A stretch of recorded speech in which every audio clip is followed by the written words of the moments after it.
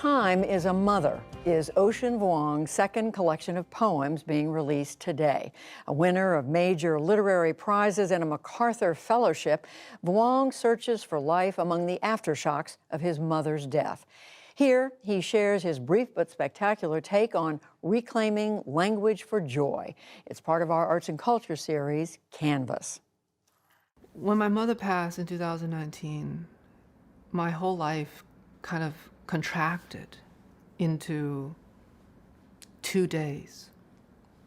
And what I mean by that is that when a loved one dies, you experience your life in just 2 days. Today, when they are no longer here, and yesterday, the immense, vast yesterday when they were here.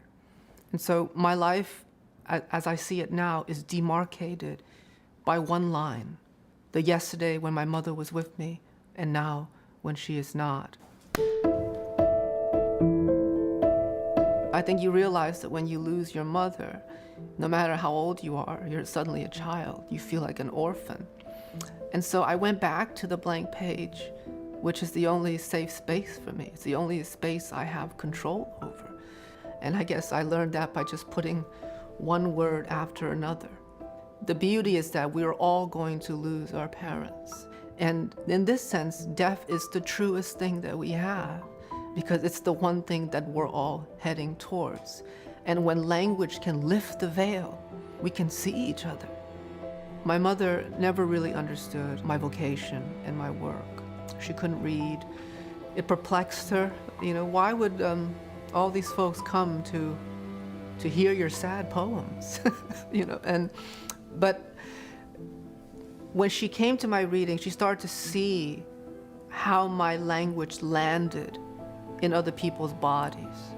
And after a while, she started to position her seat to look at the audience. And then she came to me one day, she said, I get it.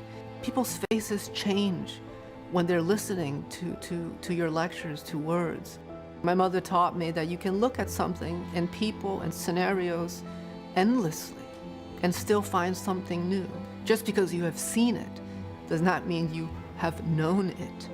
And so the vocation of the artist is to look at something with the faith that whatever you're seeing will keep giving meaning to you. And I think that patient looking was what she really gifted me, and it has to do with her sense of wonder.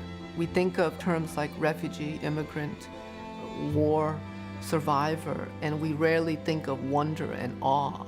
But I think when it comes to families and being raised by folks who are survivors, they keep wonder and awe closest to their chest. And I learned so much from my mother's joy in response to the world and the life she lived. And I think that informs my artistic practice. My name is Ocean Vuong, and this is my brief but spectacular take on reclaiming language to center wonder and joy. So moving. And on our website, you can see our 2016 interview with Ocean Vuong when he released his debut volume of poetry, Night Sky with Exit Wounds.